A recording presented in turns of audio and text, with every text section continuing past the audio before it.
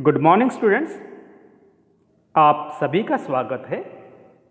दोस्तों, आज हम सामाजिक विज्ञान हमारा पर्यावरण यह भूगोल की किताब है और हम अध्याय चौथा जल भाग 1 के बारे में अध्ययन करने जा रहे हैं। और इस अध्याय में हम पढ़ेंगे जल चक्र किसे कहते हैं, पृथ्वी एक थलशाला, जल के मुख्य स्रोत, जल का वितरण, महासागरीय परिसंचरण, तरंगे, सुनामी, ज्वार भाटा, महासागरीय धाराएं, इन मुद्दों पर हम चर्चा करेंगे।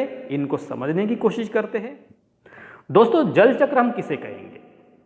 तो आपको मालूम है सूर्य के ताप के कारण जो सूर्य तप्त है, जो सूर्य की रोशनी होती है, इसके ताप के कारण जल बाष्पित हो जाता है। तो क्या है, ये जल जो होता है ये बाष्पित हो जाता है। बाष्पित होने के बाद वह ऊपर जाता है और ठंडा होने पर जल बाष्प संघनित होकर बादलों का यह रूप लेता है और बाद में यह वर्षा, हिम अथवा सहिम की वृष्टि के रूप में धरती या सागर पर नीचे गिरता है। तो इस तरह से जिस प्रक्रम में जल लगातार अपने स्वरूप को बदलता रहता है और महासागरों, वायुमंडल एवं धरती के बीच चक्कर लगाता रहता है, इसको हम बोलते हैं जल चक्र। क्योंकि यहाँ संग्रहित पानी है, बाष्प हो जाता है, बादल बन जाते हैं, बादल संघनित होकर वो गिरने लगते हैं, बारिश होती है, वो जमीन पर गिरते हैं, जमीन के अंदर कुछ बारिश पानी चला जाता है और जमीन से बहकर कुछ समुद्र में या किसी जलाशय में आता है, फिर उसका बाष्प होता है, उसी से वो बादल बनते हैं। तो इस प्रकार की जो प्रक्रिया चलती है इसको हम बोलते हैं जल चक्र।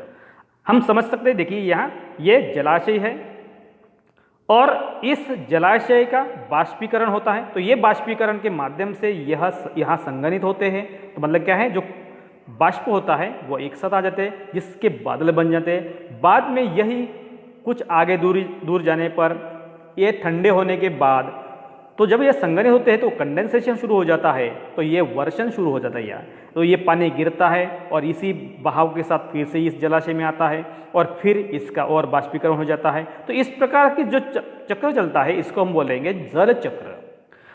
पृथ्वी एक थलशाला भी कहा जाता है और हमारे पृथ्वी जो है एक थलशाला के भी समान होती है। और थलशाला का मतलब होता है यह छोटे घर के पौधे रखने का कृत्रिम अहाता होता है, जो फ्रेम होती है उसको हम बोलते हैं थलशाला।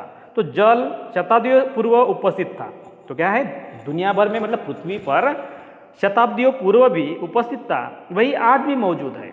और जिस जल का हम आज प्रयोग कर रहे हैं, हो सकता है कि आज हमारे जो खेत में बारिश है या हमारे आसपास जो बारिश है या जब पानी है, हो सकता है कि वह सैकड़ों वर्ष पहले अमेजन नदी बहता हो या प्रशांत महासागर का पानी हो।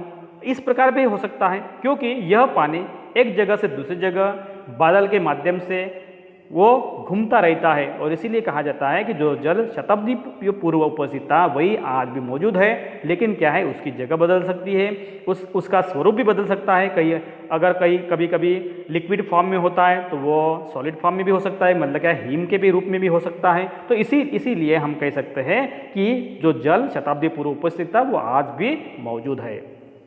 दूसरी बात करते हैं हम, जल के मुख्य स्रोत कौन कौन से, जल कहाँ से उपलब्ध होता है हमको। तो जल के जो स्रोत होते हैं, अलवण जल हम बोलेंगे। तो अलवण जल नदी, ताल, सोते एवं हिमनद जो होते हैं, यहाँ पर अलवण जल होता है जिसमें क्षार नहीं होते हैं। और लवणीय मतलब जिसमें क्षार होते हैं वो महासागर और समुद्र में होता है। और इसमें अधिकांश जो न होता है पानी होता है नमक, सोडियम क्लोराइड या खाने में उपयोग किए जाने वाला नमक होता है इसमें। और इसीलिए हम समुद्र का पानी ऐसे पी नहीं सकते हैं। और आपको मालूम होना चाहिए कि लवणता 1000 ग्राम जल में मौजूद नमक की मात्रा होती है। और इसीलिए महासागर की जो औसत लवणता होती है वो 35 भाग प्रति 1000 ग्राम होती है। और इजराइल का जो मृत सागर जिसको हम डेड सी बोलते हैं वो 340 ग्राम प्रति लीटर लवणता होती है। और तैराक इसमें प्लव कर सकते हैं, क्योंकि नमक की अधिकता इससे सघन बना देती है और इसीलिए वह पानी पर ही तैर सकते हैं। तो इस तरह से यह लवणीय और अलवणीय जल कहाँ कहाँ पाए जाते हैं उसके ये स्रोत हम समझ चुके हैं। आगे देखते हैं कि जल का जो वितरण है वो कहाँ कहाँ हुआ है तो महासागर में है, बर्फ छत्रक में है, भूमिगत मतलब बर्फ के माध्यम से हिमालय जैसा कुछ पर्वत होते हैं, हिमाच्छादित पर्वत होते हैं, वहाँ है। भूमिगत जल मतलब जमीन के अंदर, झीलों का अलवण जल होते हैं जो झरने होते हैं, स्थलीय समुद्र और नमकीन झीलें इसमें भी होता है, वायुमंडल होते हैं, नदियों में होते हैं। तो इसका कुल मिलाकर 100% हो जाता है। तो ये हो गए महासागर। महासागर में सबसे ज़्यादा पानी उपलब्ध है, लेकिन वह पीने लायक नहीं है।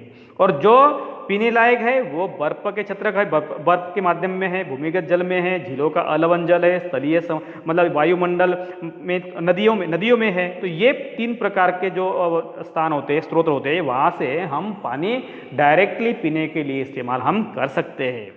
यहाँ आप देख सकते हैं कि प्रमुख समुद्र, झीलें एवं नदियाँ आप देख सकते हैं कि आपको परीक्षा में नक्शा के लिए पूछ सकते हैं कि कौन सा, जैसे मतलब अमेजन नदी है, ये दक्षिण अमेरिका में स्थित है। और यहाँ आप देख सकते हैं कि सुपेरियर लीक है, मिसिसिपी नदी है। तो दुनिया के नक्शे में आपको ये ढूंढना है कि यहाँ लाल सागर है, नील नदी है, भूमध्य सागर है, कौन कौन सा इलाका, कौन कौन से प्रमुख समुद्र, झीलें और नदियाँ होती है। तो ये दक्षिण अटलांटिक महासागर है, उत्तर अटलांटिक महासागर है, हिंद महासागर है, प्रशांत महासागर है, यहाँ भी प्रशांत महासागर है। अभी आपको इसीलिए कि यह प्रशांत महासागर यहाँ भी है और यहाँ भी, इसीलिए क्योंकि पृथ्वी गोल है, और इसीलिए गोल होने के कारण ये दोनों भाग अगर हम गोल जोड़ेंगे तो ये दोनों एक साथ आ जाते हैं, और इसीलिए यहाँ भी प्रशांत महासागर दिखता है और यहाँ भी प्रशांत महासागर दिखता है। तो इस तरह से हमको यहाँ प्रमुख समुद्र, झीलें और नदियों के स्थान यहाँ देखने को मिलते हैं। तो ऑस्ट्रेलिया में डार्लिंग नदी भी यहाँ दिखाई देती है। तो आपको पता करना है कि दुनिया के कौन कौन से स्थान पर कौन कौन से प्रमुख समुद्र है, झीलें है, नदियाँ है, इसकी जानकारी आपको ध्यान में रखनी पड़ेगी। महासागरीय परिसंचरण मतलब क्या होता है कि महासागर में ऐसी कुछ मूवमेंट या हलचल होती रहती है जिसको हम परिसंचरण कहते हैं। अगर मान लीजिए आप समुद्र तट पर और नंगे पैर से चलते हैं और आपको कुछ जादुई सी अनुभूति भी हो सकती है, जैसे कि पुलिन पर आप अगर चलते हैं तो नम बालू, ठंडी पवन, समुद्री पक्षी, वायु में लवणीय गंध एवं लहरों का संगीत मोहित करने वाला होता है। तो हम अगर समुद्र के किनारे हैं तो इस प्रकार का नज़ारा हमको देखने को मिलता है। ताल एवं झील के शांत जल के विपरीत महासागरीय जल हमेशा गतिमान रहता है, क्योंकि सागर में ये लहरें हमेशा उठती रहती है। और महासागरीय की जो गतियाँ होती है उसको हम वर्गीकृत करते हैं, जैसे तरंगे, ज्वार भाटा और धाराएं। और ये तीनों का अर्थ हम समझने की कोशिश करते हैं। तो सबसे पहले बात करते हैं हम, जैसे इसके पहले बात करते हैं, प्रशांत महासागर का चित्र दिखाया गया है। और आपको मालूम होना चाहिए 22 मार्च जो होता है विश्व जल दिवस के रूप में मनाया जाता है, जब जल संरक्षण की विभिन्न विधियों को प्रबलित किया जाता है, क्योंकि जल जो होता है वो बहुत ही कम मात्रा में उपलब्ध है, जिसका हम अच्छी तरह से इस्तेमाल करेंगे तो ही वो बचा के रख सकते हैं। तो इसके लिए हम 22 मार्च को विश्व जल दिवस के रूप में मनाते हैं। तो यहाँ देखते हैं हम तरंगे हम किस तरह से, ये तरंगे हम किसे कहेंगे। और जब महासागरीय सतह पर जल लगातार उठता है और गिरता है रहता है तो इसे हम बोलेंगे तरंगे। तो ये आप देख सकते हैं, ये तरंगे इस प्रकार से हमेशा आते रहते हैं और टकराते रहते हैं समुद्र के किनारे पर। और ये जब समुद्री सतह पर पवन बहती है तब तरंगे उत्पन्न होती है। मतलब कि पवन का महत्वपूर्ण काम होता है कि तरंगे उत्पन्न करने के लिए जितनी ही तेज पवनें होती है उससे उतनी ही बड़ी तरंगे होती है। तो पवन का प्रमुख रोल, जैसे मतलब हवा आती है तो हवा के साथ ये तरंगे भी ऊंची ऊंची उठने लगती है। तो आप यहाँ चित्र में भी देख सकते हैं कि तरंगे, ये लहरें हैं, समुद्री लहरें। सुनामी हम किसे कहेंगे? जो देखिए तूफान में तेज वायु चलने पर विशाल तरंगे उत्पन्न होते हैं। हमने देखे कि तरंगे को उत्पन्न करने के लिए पवन बहुत ही महत्वपूर्ण भूमिका निभाते हैं। तो तूफान में तेज वायु चलने पर विशाल तरंगे उत्पन्न हो जाती है। भूकंप, ज्वालामुखी, उद्गार या जल के नीचे भूस्खलन के कारण महासागरीय जल अत्यधिक विस्थापित हो जाता है। तो अगर समुद्र के नीचे भूकंप होता है, ज्वालामुखी का विस्फोट हो जाता है या जल के नीचे भूस्खलन होता है तो भी महासागरीय जल अत्यधिक विस्थापित, मतलब क्या है, उसमें मूवमेंट हो जाती है या एक जगह से दूसरी जगह वो हिलता है। तो इस प्रकार की बड़ी बड़ी विशाल तरंगें उत्पन्न हो सकती है। और इसका परिणाम ये होता है कि 15 मीटर तक की ऊंचाई वाली विशाल ज्वारीय तरंगें उठ सकती है, जिसे हम सुनामी कहते हैं। तो इसकी ऊंचाई हो सकती है 15 मीटर तक की ऊंचाई विशाल हो सकती है। और अब तक का सबसे विशाल सुनामी जो है 150 मीटर तक मापा गया था। और ये तरंगें होती है 700 किलोमीटर प्रति घंटे की रफ्तार से चलती है और 2004 में एक सुनामी आया था, भारत के तटीय क्षेत्रों में अत्यधिक विनाशकारी साबित हुआ था। और सुनामी के बाद जो अंडमान और निकोबार में द्वीप समूह था इंदिरा पॉइंट, ये भी डूब गया। तो ये 2004 के सुनामी में इंदिरा पॉइंट डूब गया है, जो अंडमान निकोबार द्वीप समूह में था। आप यहाँ देख सकते हैं कि सुनामी शब्द का अर्थ भी आप देखिए कि सुनामी जो शब्द है ये जापानी भाषा का शब्द है और जिसका अर्थ होता है पोताश्रय तरंगे, क्योंकि सुनामी आने पर पोताश्रय नष्ट हो जाते हैं। पोताश्रय का मतलब होता है जो बंदरगाह होते हैं, जहां बंदर रुकते हैं उसको हम बोलेंगे पोताश्रय।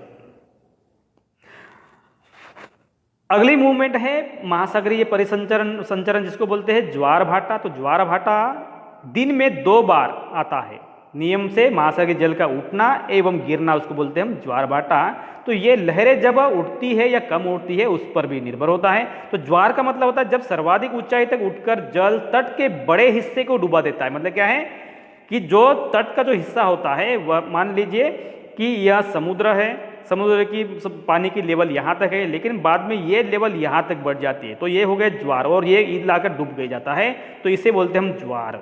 और भाटा का मतलब होता है जब जल अपने निम्न स्तर पर आ जाता है, तो जैसे मतलब ये पानी का स्तर होता है, लेकिन ये पानी का स्तर यहाँ बाद में यहाँ तक ही रह जाता है, तो बाद में ये जगह खाली हो जाती है, तो इसको बोलते हैं निम्न स्तर पर आ जाता है, तो इसे तट से पीछे चला जाता है, तो इसे हम भाटा बोलेंगे। ज्वार का मतलब बढ़ना, पानी का स्तर बढ़ना, और भाटा का मतलब पानी का स्तर कम हो जाना, निम्न स्तर पर आ जाता है, तो इसको बोलते हैं भाटा। तो ज्वार में ज़्यादा पानी होता है, समुद्र का जो स्तर होता है, समुद्र के पानी का जो स्तर होता है वो बढ़ता है, और भाटा में क्या होता है कि पानी का जो निम्न स्तर होता है वो कम हो जाता है, तो उसको हम बोलेंगे भाटा। तो ये हो गया ज्वार और भाटा। ज्वार भाटा के कारण देखिए कि इसका कारण ये है कि सूर्य एवं चंद्रमा इनके शक्तिशाली गुरुत्वाकर्षण बल के कारण पृथ्वी की सतह पर ज्वार भाटे आते हैं। तो ये हमको कारण भी पता चल गया है, सूर्य और चंद्रमा के शक्तिशाली गुरुत्वाकर्षण बल के कारण पृथ्वी की सतह पर समुद्र में ज्वार भाटे आते हैं। ज्वार के जो प्रकार होते हैं तो वो होते हैं 3 प्रकार। तो हम पहला प्रकार हम देखेंगे लघु ज्वार भाटा। तो आप लघु ज्वार भाटा के लिए भी देखिए सूर्य, चंद्र और पृथ्वी की पोजीशन कैसी होती है। जब चांद अपने प्रथम एवं अंतिम चतुर्थांश में होता है, तो ये फुल मून है, यहाँ क्या है चंद्र फुल मून में है, तो पृथ्वी और सूर्य का गुरुत्वाकर्षण बल विपरीत दिशाओं से महासागरीय जल पर पड़ता है, विपरीत दिशाओं में। तो ये सूर्य है, यह चंद्र है और पृथ्वी बीच में है, और इनका जो विपरीत बल होता है, पृथ्वी एवं सूर्य का जो गुरुत्वाकर्षण बल होता है विपरीत दिशाओं से महासागरीय जल पर पड़ता है। परिणाम इसका ये होता है कि निम्न ज्वार भाटा आता है। ऐसे ज्वार को हम लघु ज्वार भाटा भी कहते हैं। तो लघु ज्वार भाटा में सूर्य, पृथ्वी और चंद्रमा की स्थिति इस प्रकार होती है। तो ये होता है लघु ज्वार भाटा। दूसरा प्रकार है उच्च ज्वार भाटा। और उच्च ज्वार भाटा में देखिए क्या होता है कि जिसको हम कि पृथ्वी का जल चंद्रमा के निकट होता है। तो आप देखिए पृथ्वी का जो जल है, समुद्र का जल होता है, ये बल्ज हुआ है, तो ये चंद्रमा के पास है, और चंद्रमा के गुरुत्वाकर्षण बल से जल अभिकर्षित होता है, जिसके कारण उच्च ज्वार आते हैं। तो क्या होता है, ये चंद्रमा का गुरुत्वाकर्षण बल ये पानी को इधर खींच लेता है, जिससे उच्च ज्वार आते हैं। और बृहद ज्वार, और याद है कि सूर्य, चंद्रमा और पृथ्वी की ऐसी पोजीशन होती है जो उच्च ज्वार होता है। और दूसरी बात है बृहद ज्वार का मतलब होता है कि पूर्णिमा एवं अमावस्या के दिनों में सूर्य, चंद्रमा और तीनों एक सीध में होते हैं। जैसे मतलब आप इस देखिए सूर्य, पृथ्वी और चंद्रमा, तो जब इस प्रकार की स्थिति होती है तो यह बृहद ज्वार का निर्माण होता है। तो इस प्रकार से सूर्य, पृथ्वी, चंद्रमा के एक साथ लाइन में आ जाने के कारण बृहद ज्वार का निर्माण होता है, और वह पूर्णिमा एवं अमावस्या के दिनों में सूर्य, चंद्रमा, तो दोनों पूर्णिमा और अमावस्या ये दोनों दिनों के वक्त हो सकता है। महासागरीय धाराएं की हम बात करते हैं। महासागरीय धाराएं जो होती है वो निश्चित दिशा में महासागरीय सतह पर नियमित रूप से बहने वाली जल धाराएं होती है। तो निश्चित रूप से निश्चित दिशाओं में बहने वाली, और उसमें 2 प्रकार की हम जल धाराएं देखेंगे। एक है गर्म जल महासागरीय धाराएं और दूसरी है ठंडी धाराएं। जैसे गर्म महासागरीय धाराएं जो होती है वो भूमध्य रेखा के निकट उत्पन्न होती है एवं ध्रुवों की ओर प्रवाहित होती है। उदाहरण गल्फ स्ट्रीम और जलधाराएं, गल्फ स्ट्रीम जलधाराएं हम नक्शे पर भी देखेंगे इसकी। और ठंडी जलधाराएं जो होती है ध्रुवों या उच्च अक्षांशों से उष्णकटिबंधीय या निम्न अक्षांशों की ओर प्रवाहित होती है। उदाहरण लेब्राडोर और जलधाराएं। मतलब क्या होता है कि जैसे कि हम अगर पृथ्वी पृथ्वी का यहाँ हम गोल निकालते हैं तो, और ये विषुववृत्त है, और यहाँ यह जो बेल्ट होता है ये टॉरिड जोन जिसको हम बोलते हैं उष्णकटिबंधीय प्रदेश जो होता है, यहाँ जो हवा निर्माण होती है या जो धाराएं निर्माण होती है वो गर्म जल धाराएं होती है, और इनकी जो दिशा होती है ये ध्रुवों की ओर होती है, और जो धाराएं इस ध्रुवों के आसपास निर्माण होती है और वो इक्वेटर मतलब विषुववृत्त के ओर होती है, तो वो ये होती है ठंडी जलधाराएं। तो यहाँ से निर्माण हुई और यहाँ पर जाने वाली वो होती है ठंडी जलधाराएं। तो नक्शे पर भी हम देख सकते हैं कि आप देख सकते हैं कि शीत जलधाराएं जो पर्पल कलर से दिखाई गई है, और कोष्ण जो धारा है वो रेड कलर से दिखाई गई है। तो आप देख सकते हैं कि ये जो विषुववृत्त का ये लाइन दिखाई गई है, यहाँ से जाने वाली जो होती है वो गर्म जलधारा होती है, और यहाँ से आने वाली जो धाराएं होती है, जैसे मतलब यहाँ से आप यहाँ जा रही है, तो ये जो जलधाराएं होती है तो ये ठंडी जलधाराएं होती है। आप हम देख सकते हैं कि कौन कौन सी जलधाराएं ठंडी जलधारा है और कौन कौन सी गर्म जलधारा। जैसे गल्फ स्ट्रीम है, यह गर्म जलधारा है। और दूसरी बात करते हैं हम यहाँ पश्चिमी ऑस्ट्रेलियन जो धारा है ये ठंडी जलधारा है। तो इस प्रकार से आप इस नक्शे में भी आप आसानी से पहचान सकते हैं कि कौन सी गर्म जलधारा है और कौन सी ठंडी जलधाराएं है। गर्म एवं शीत जलधाराएं का महत्व की हम बात कर रहे हैं यहाँ कि महासागरीय जो धाराएं है किसी क्षेत्र के तापमान को प्रभावित करती है। बिल्कुल सही बात है, क्योंकि गर्म धाराएं होने की वजह से गर्मी बढ़ेगी, ठंडी होने की वजह से वो ठंडी हो जाएगी। तो गर्म धाराओं से स्थानीय सतह पर का तापमान जो होता है वो गर्म हो जाता है, और जिस स्थान पर गर्म एवं शीत जलधाराएं एक साथ मिलती है, यहाँ गर्म जाती है, यहाँ से ठंडा आती है, और जो ये इलाका होता है वह स्थान विश्व भर में सर्वोत्तम मत्स्यन के क्षेत्र माना जाता है, क्योंकि ये इलाका ना ठंडा होता है ना गर्म होता है, और इसीलिए मछलियों के लिए खाने के लिए जो वनस्पति चाहिए वो वनस्पति इस इलाके में ज़्यादा फलती और फूलती है, जो मछलियों के लिए बहुत ही पोषक होती है, और इसीलिए इस इलाके को मत्स्यन क्षेत्र कहा जाता है कि भारी मात्रा में मछलियाँ यहाँ पनपने लगती है। और उदाहरण के लिए हम जापान के आसपास एवं उत्तर अमेरिका के जो पूर्वी तट का इलाका होता है वो सर्वोत्तम मत्स्य क्षेत्र माना जाता है, जहाँ गर्मी और ठंडी जलाधार मिलती है वहाँ कुहरे वाला मौसम भी बनता है। इसके फलस्वरूप क्या होता है, इसका परिणाम ये होता है कि नौ संचालन में बाधा उत्पन्न हो जाती है समुद्र में। जैसे कि क्योंकि मतलब यहाँ जैसे मतलब धुका होता है, कोहरा होता है, और वो सामने का नज़र अपने को सामने क्या चीज़ है वो अपने को नज़र नहीं आती है, और इसीलिए नौ संचालन मतलब जहाज चलाने में बाधा निर्माण हो जाती है।